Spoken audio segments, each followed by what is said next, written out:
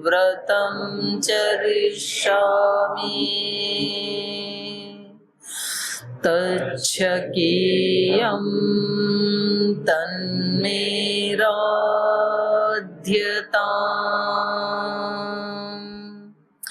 इदमहमनृतात् सत्यमुपैमि ॐ सहनाववतु सहनौ भुनक्तु सह वीर्यं करवावहै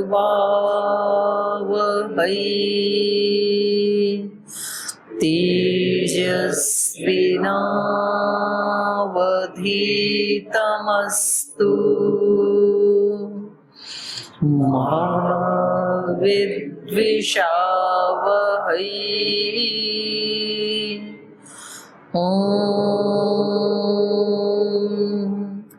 शांति शांति शांति।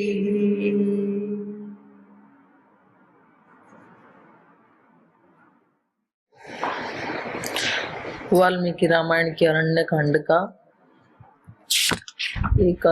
द्वादश सर्ग। और शूर्पणखा, राम, लक्ष्मण, इन सब का संवाद चल रहा है पंचवटी में।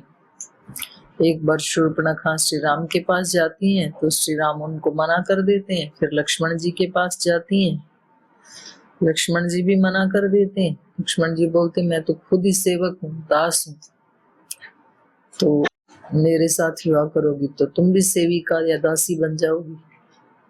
इससे अच्छा तो आपको भैया के साथ ही करना चाहिए, तो आप स्वामिनी बनेंगी। और वो उस बात को सच ही मान करके और अंदर जाती है कुटिया में, जहाँ श्री राम माता सीता के साथ बैठे हुए हैं और उनके ऊपर, सीता माता के ऊपर प्रहार करने की कोशिश करती है वो मृत्युपाश के समान। तो यहाँ तक हमने पढ़ा था कल। पीछे के पार्ट से कुछ पूछना। ओ माता जी, प्रश्न ये था कि ऐसा क्यों होता है कि जब आपने कल बोला था कि जब व्यक्ति रिलैक्स मूड में होता है तो ही जो विकार है वो आक्रमण करती है, ऐसा जब वो परम पुरुषार्थ मोड में होता है तो फिर शत्रुएं उनको अटैक नहीं करती हैं, लेकिन ऐसा क्यों होता है? उस समय वो जागरूक है। अगर पास में भी आया, जैसे आपने डंडा हाथ में उठा रखा है, तो कोई कुत्ता बिल्ली आपके पास आएगा? नहीं। उसको पता है हम गए और हमारी पिटाई हो जाएगी, मौत दिखाई देती है अपनी। तो ऐसे ही जो विकार हैं, दोष हैं, उनको भी पता है ये तो जागरूक व्यक्ति है, तो हम इसके पास गए तो ये हमारा नाश कर देगा। और नष्ट होना कोई भी नहीं चाहता इस संसार में। तो इसलिए जब सजग होते हैं तो मृत्यु भी पास में नहीं आती है। और असजग होते हैं तो कमजोर से कमजोर दोष भी आके चिपकने लगते हैं फिर। तो ये कुदरती नियम है ये पूरी प्रकृति का। निर्बल जो है वो कष्ट भोगते हैं, बलवान है वो सुख पाते हैं।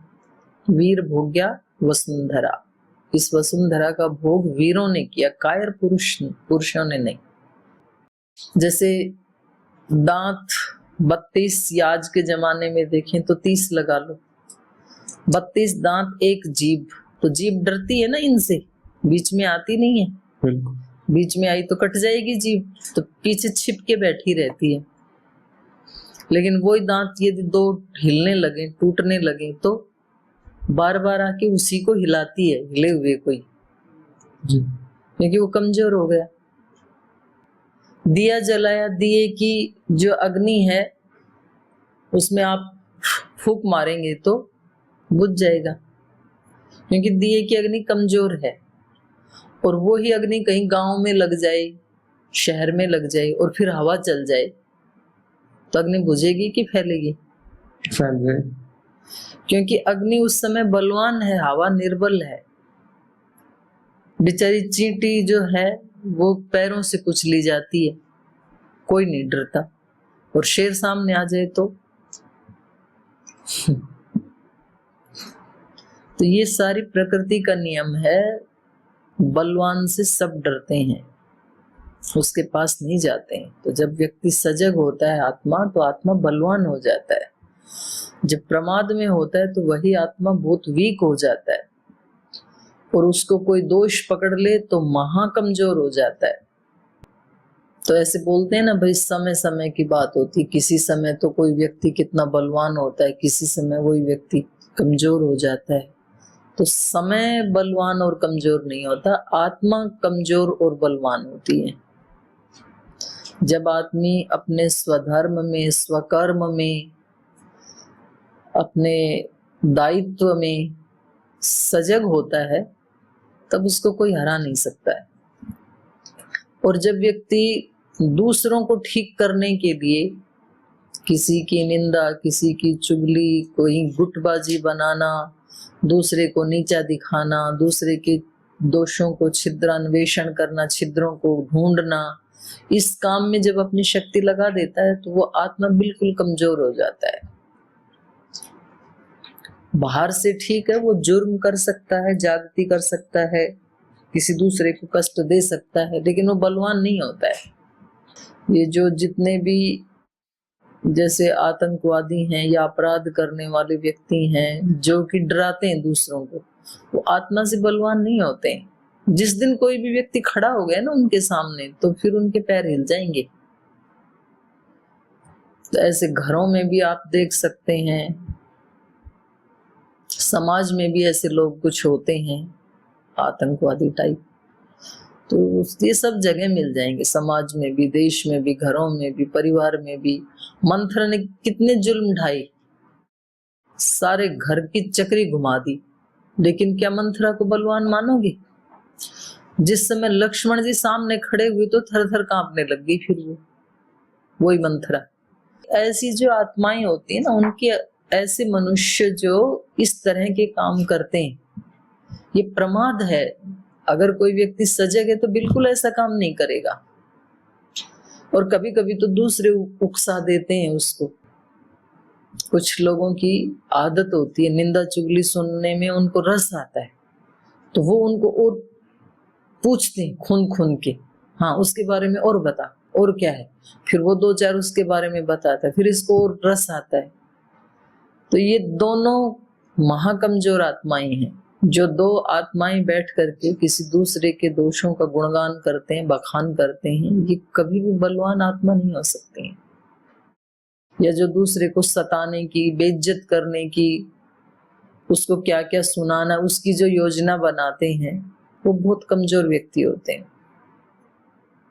और जो व्यक्ति अपने स्वधर्म में लगा हुआ है, जो उसका धर्म है, सुबह से शाम तक अपने उस काम में लगा हुआ है, वो अपने जो उसकी दिनचर्या है, अपना यज्ञ है, योग है, ध्यान है, भजन है, यजन है, उसमें लगा हुआ है, स्वाध्याय में, पढ़ने में, सेवा में, पुरुषार्थ में, वो व्यक्ति सबसे बलवान होता है।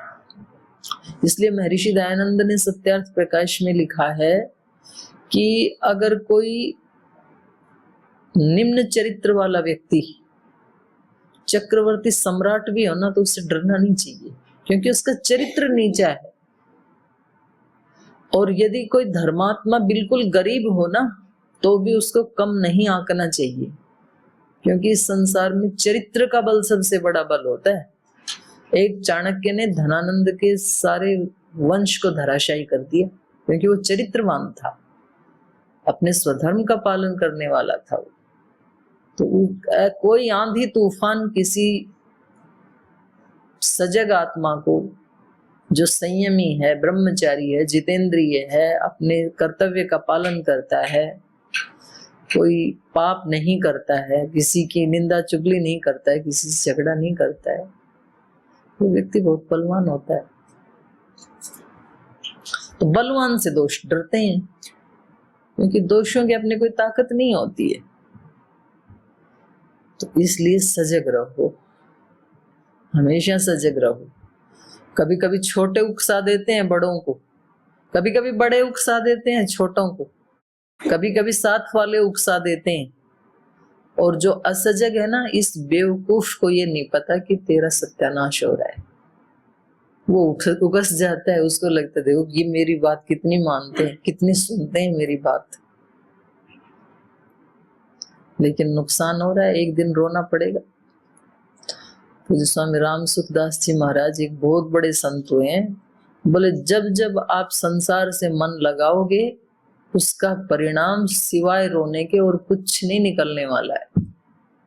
इसलिए सब समय सजग रहो और भगवान का स्मरण करते रहो, वो बचा सकता है आपको हर दुख से, बाधा से, कष्ट से। तो अपना प्रोटेक्टर भी किसी को बनाना है तो भगवान को बनाओ, क्योंकि वो सबसे ज्यादा बलवान है, सर्वज्ञ है, सर्वसमर्थ है।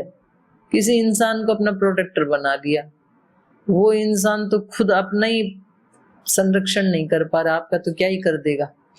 और वो भी फिर किसी ऐसे महायोगी को बनाए, किसी गुरु को बनाए अपना संरक्षक, जिसने अपनी रक्षा की है, लाखों हजारों लोगों की रक्षा की है, तो भी बात समझ में आती है।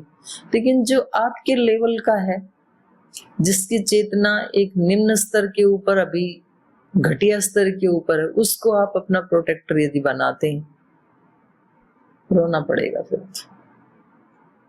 फिर और कोई दूसरा परिणाम हो नहीं सकता है सिवाय परेशानी की। ठीक। ओम माता जी भाई। आदमी दूसरे के धन पे कब्जा क्यों करना चाहता है और दूसरे पे गलत दृष्टि क्यों रखता है? जैसे शूर्पणखा ने राम पे भी गलत दृष्टि रखी, लक्ष्मण पे भी, ऐसी गलत दृष्टि क्यों रखना चाहता है और दूसरे के धन पे कब्जा क्यों करता है?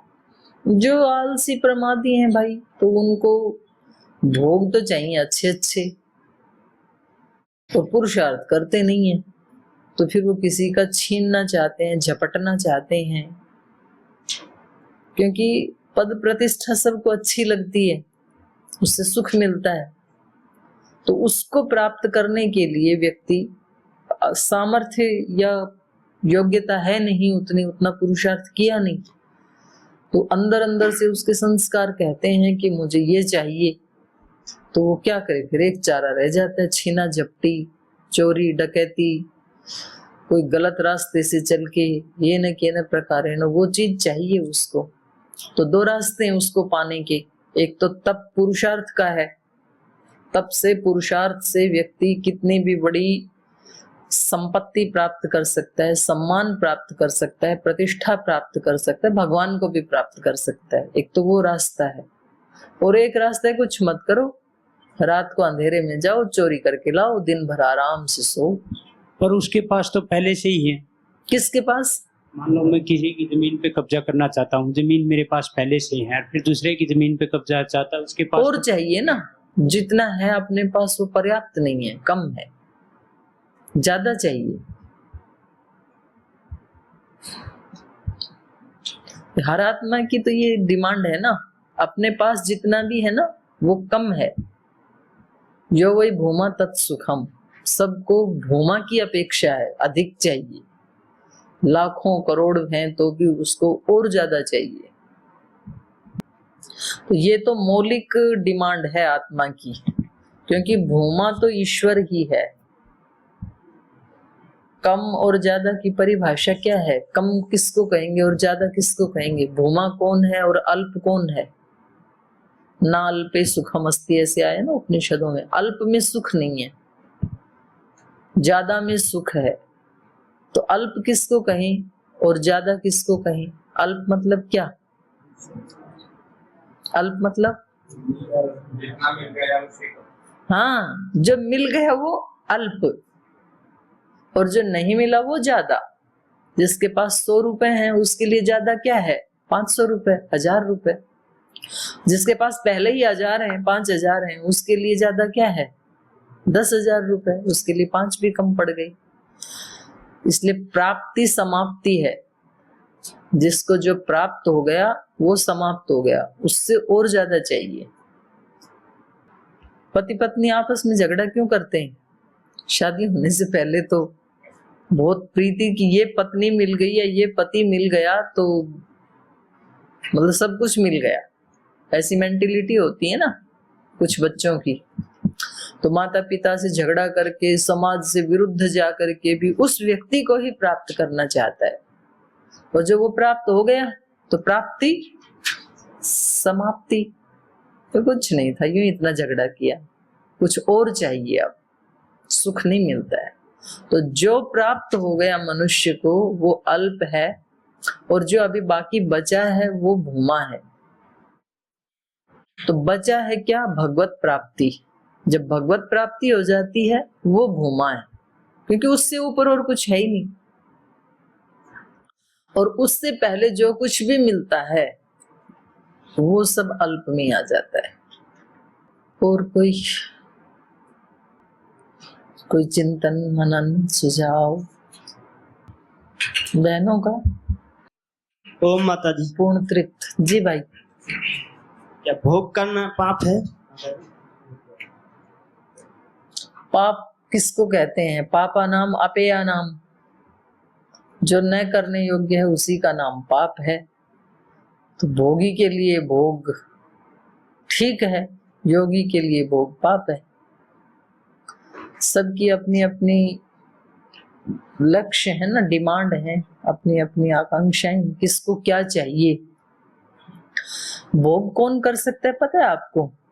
योगी ही भोग कर सकता है, भोगी भोग भी नहीं कर सकता है। भोग का मतलब है वस्तुओं का सदुपयोग। तो संसार का सदुपयोग कोई योगी कर सकता है। जिनको सामान्य रूप से आप भोगी कह रहे हो ना, वो तो भोगों को नहीं भोग रहे, भोग उनको भोग रहे हैं। भोगा ने भुगता वयमेव भुगता। वो अन्न को नहीं खाता, वो समोसे, मोमोज और क्या होते हैं, चाउमीन, पिज्जा, बर्गर को वो नहीं खाता। पिज्जा, बर्गर, समोसे उस व्यक्ति को खा रहे हैं। वो कोई भोग भोग रहा है तो वो भोग को नहीं भोग रहा, भोग उसको भोग रहे हैं। तो भोगों को भी, इस संसार को भी कौन भोग सकता है? कोई जितेंद्रिय व्यक्ति भोग सकता है, वो उनका सदुपयोग करेगा। किसी भोगी व्यक्ति को, जिसको संसार में भोगी कहते हैं, उसके पास यदि धन ऐश्वर्य आ गया, संपदा आ गई, तो वो क्या करेगा उससे? वो सुल्फा पिएगा, गांजा पिएगा, शराब पिएगा और दूसरे दुराचार व्यभिचार करेगा, और थोड़े दिन के बाद वो खुद ही किसी डिप्रेशन में पहुंच जाएगा, रोग घेर लेंगे और फिर वो मर जाएगा। और एक तरफ किसी योगी के पास यदि धन संपदा आई तो वो हॉस्पिटल बनाएगा, गुरुकुल बनाएगा, यूनिवर्सिटी बनाएगा, वेलनेस सेंटर बनाएगा, वहां लाखों लोगों को आरोग्य देगा, उनकी जीवन की दिशा को बदल देगा और खुद भी बहुत प्रसन्न रहेगा और लाखों लोगों के जीवन में खुशहाली लाएगा। इसको भोग कहते हैं। तो भोग के लिए भी योग चाहिए, बिना योग के भोग भी नहीं कर सकता है। ये समझ में आ गया? अच्छा, जल्दी आ गया आपको, तो मेरे को तो अभी तक भी नहीं आया है। जी भाई। बोले कि मांसाहारी और शाकाहारी में बुद्धि भ्रष्ट हो जाती है शाकाहारी खाने के लिए। शाकाहारी खाने से नहीं, मांसाहारी खाने से। मांसाहारी खाने से तो मत खाओ। आप तो खाते भी नहीं हो, जो खाते हैं उनके लिए पूछ रहे हो। हाँ, बहुत लोगों ने तो छोड़ दिया, श्रद्धेय गुरुदेव की बातें सुन सुन के लाखों लोगों ने छोड़ दिया। दूसरों को समझ में आएगा तो वो भी छोड़ देंगे, तो उनकी ज्यादा चिंता मत करो, आप अपनी चिंता करो। अपने बारे में ही बता रहे। आप कहाँ के रहने वाले हो? बंगाल से आए, मुर्शिदाबाद। बंगाल से? हाँ, बंगाल में तो जैसे मछली आदि खाना तो ऐसे है जैसे तुरई खाना हो, लौकी खाना हो। तो बंगाल में ही बहुत लोगों ने छोड़ दिया महाराज जी को सुन सुन के। भी ऐसे ही छोड़ा था सुन। आपने भी छोड़ दिया ना, अब तो वैसे भी छूट गए, यहाँ आ गए तो कुछ पहले भी छोड़ दिया था क्या? हाँ, तो बस जैसे आपको अकल आई तो ऐसे ही दूसरों को भी आ जाएगी धीरे धीरे। नहीं खाना चाहिए। मनुष्य का जो जबड़ा, जो शरीर की बनावट है, वो मांस खाने के लिए नहीं है।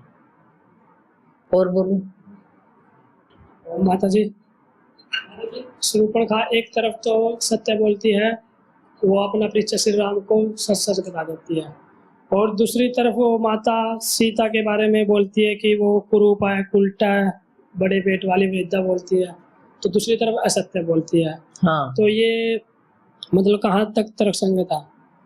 ऐसे लगता है कि जब उसने अपना सत्य परिचय दिया तब तो वो, क्योंकि एक ऊंचे खानदान की मान रही है अपने आप को, एक बलवान भाई की बहन है, तो भाई मैं अपना ऐसे बताऊंगी तो दूसरे लोग उससे प्रभावित हो जाएंगे, ये तो कोई मनुष्य दिखाई देते हैं वनवासी, तो ये तुरंत तैयार हो जाएंगे कि भाई ऐसे एक राजाधिराज महाराजा की बहन हमारे को विवाह करने के लिए प्रस्ताव दे रही है, तो ये तो तुरंत खुश हो जाएंगे। तो इसलिए तो वो अपना सत्य परिचय दे रही है।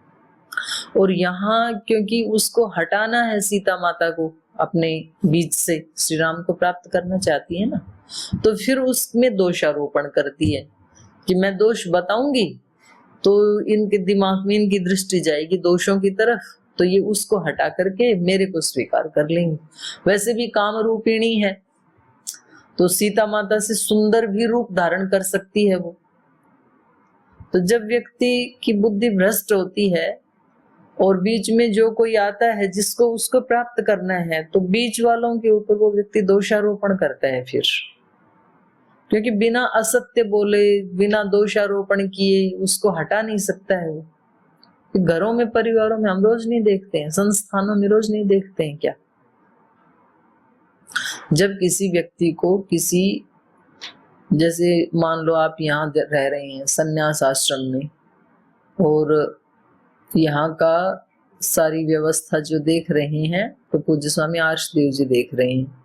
अब किसी व्यक्ति को पूज्य स्वामी आर्षदेव जी के मन में अपने महत्व को बिठाना है, भाई हम बहुत अच्छे हैं, आप हमारे को सबसे ज्यादा प्रीति करो, और उनके पास ऑलरेडी ही कोई ब्रह्मचारी उनकी सेवा में है, तो फिर वो उसके दोष बताएंगे, आपको पता नहीं ये क्या क्या करता है, तो ताकि वो उनको हटा के आपको स्वीकार कर ले। तो उसको दोष माना गया, लोक में उसको बोला गया चापलूसी। दो चीजें हैं, एक चापलूसी, एक है विनम्रता। विनम्रता तो गुण है और चापलूसी दुर्गुण है। तो चापलूसी नहीं करनी चाहिए, पर विनयशील तो होना चाहिए अपने बड़ों के प्रति। ठीक है, चलूं आगे, चलो। तो हमारा हो गया था 38 तक हो गया, 38 ही पढ़ रहे थे, ऊपर से ही पढ़ लेते हैं फिर 36 से। अद्य मां भक्षयिष्यामि पश्यतस्तव मानुषीं त्वया सह चरिष्यामि निस्सपत्ना यथा सुखम् इत्युक्त्वा मृगशावाक्षी मला तत्सदृशेक्षणा अभ्यधावत संक्रुद्धा महोल्कारोहिणीमिव ताम मृत्युपाशप्रतिमापतन्तीं महाबल निगृह्य रामः कुपितः ततो लक्ष्मणमब्रवीत् क्रूरैरनार्यैः सौमित्रे परिहास कथञ्चन न कार्यः पश्य वैदेहीं कथञ्चित् सौम्य जीवितम् इमां विरूपां मसतिं मतिमत्तां महोदरीं राक्षसीं पुरुषव्याघ्र विरूपयितुम् अर्हसि। तो जब वो माता सीता के ऊपर बहुत वेग से दौड़ के उनको मार देना चाहती हैं, खा जाना चाहती हैं, तो ताम मृत्यु पाश प्रतिम आपतंतिम महाबल, महान बलवान, महान बलशाली श्री राम, ताम मृत्युपाश प्रतिम आपतंतिम, मृत्युपाश की तरह आपतंतिम, मृत्यु पाश के समान, मानो मृत्यु का पाश ही है वो साक्षात। तो मृत्यु का पाश बन के जब सीता माता पे जो झपट रही हैं तो उसको ताम रामः महाबल रामः निगृह्य, उनको रोकते हैं। और कुपितः, क्रोधित होते हैं। ततः लक्ष्मणम अब्रवीत, और लक्ष्मण को बोलते हैं कि ये अंदर कैसे आ गई, वो बाहर खड़े हैं ना। पूरे रामायण में एक दो जगह ही आप देखेंगे श्री राम के लिए जब वो क्रोधित हुए हैं, वरना तो वो कुपित नहीं होते हैं जल्दी से। एक बार तो समुद्र के सामने कुपित हुए तो उन्होंने रास्ता ही नहीं दिया ना 3 दिन तक, अनुनय विनय करने के बाद भी। एक यहाँ आ रहा है तो राम का क्रोध फिर करते हैं तो फिर कम नहीं होता है। तो कुपितः रामः महाबलः ताम निगृह्य ततः लक्ष्मणम अब्रवीत क्रूरै अनार्यै सौमित्रे परिहास कथंचन। हे सौमित्र, ये जो क्रूर है, जो अनार्या है, आर्या नहीं है, श्रेष्ठ नहीं है, जो इन ऐसे लोगों के साथ कथंचन परिहास न कार्य, ऐसे लोगों के साथ मजाक नहीं करना चाहिए। क्योंकि लक्ष्मण ने तो बिल्कुल ही मजाक में बोला ही है ना। अब राम ने तो बोला है, नहीं बोला, हल्के में बोला, लेकिन लक्ष्मण जी का तो कौन से उसमें आया था 29 में, ततः शूर्पणखाम स्मित्वा लक्ष्मणो अब्रवीत। तो वहां तो स्पष्ट ही लिखा है, वो मुस्कुरा करके कह रहे हैं, मतलब मजाक कर रहे हैं उनके साथ। तो क्रोधित होकर के श्री राम कह रहे हैं कि लक्ष्मण, ऐसे जो दुष्ट लोग हैं, क्रूर लोग हैं, अनार्य लोग हैं, उनके साथ मजाक भी नहीं करनी चाहिए। ऐसे बोलते हैं भाई, दुष्ट आदमी के साथ प्रीति भी नहीं करनी चाहिए और वैर भी नहीं करना चाहिए। कांटों के साथ प्रीति भी नहीं करनी चाहिए, वैर भी नहीं करना चाहिए, बच के निकल जाना चाहिए, या फिर उनको रौंद देना चाहिए। दोनों में से एक ही उपाय। तो श्री राम कह रहे हैं कथंचन परिहास न कार्य। सौमित्र पश्य वैदेहीम कथंचित सौम्य जीवतीम। आप देखो ये कैसे वैदेही के ऊपर झपट रही है, कैसे उसको मार देना चाहती है। तो आप उनकी जीवन की रक्षा करो, आप इसको परिहास में मत लो, ये असुर हैं। तो कभी कभी होता है ऐसे जीवन में, व्यक्ति किसी दूसरे व्यक्ति को कोई ऐसा, भाई ये तो भोला है, कोई ऐसे समझ करके, और थोड़ा सा भी यदि उसको आगे बढ़ने के लिए ग्रीन लाइट दे दे तबाही मचा देगा फिर वो। तो ऐसे लोगों से परिहास भी खतरे से खाली नहीं है। इमाम विरूपाम असतिम अतिमत्ताम, ये उसके विशेषण है। महोदरीम, जो खुद महोदरी है वो सीता माता को महोदरी बता रही थी। महान है उदर जिसका महोदरी। तो यहाँ अब श्री राम उसके लिए बोल रही हैं कि ये जो विरूपाम, जिसका रूप सुंदर नहीं है। अब वो तो काम रूपिणी थी और बहुत सुंदर ही रूप बना रखा था, फिर भी श्री राम ऐसे क्यों कह रहे हैं, उसको विरूपा क्यों कह रहे हैं? क्योंकि व्यक्ति का असली रूप तो उसका चरित्र होता है। बाहर का जो शरीर आदि है, रंग रूप है, जैसा भी है, रूप की कमी को चरित्र पूरा कर सकता है। जैसे किसी को बहुत सुंदर रूप नहीं मिला पर चरित्र उसका ऊंचा है, तो उस रूप की कमी को उसका चरित्र पूरा कर देगा, वो व्यक्ति सुंदर ही माना जाएगा। और कोई व्यक्ति के पास रूप तो है लेकिन चरित्र की कमी है, तो वो रूप उसके चरित्र की कमी को पूरा नहीं कर सकता है। कितना भी सुंदर हो लेकिन उसका चरित्र यदि निम्न कोटि का है तो उस व्यक्ति को संसार में कोई भी सुंदर नहीं कहेगा। तो असली सौंदर्य किसका है? चरित्र का ही है, गुणों का है असली सौंदर्य। तो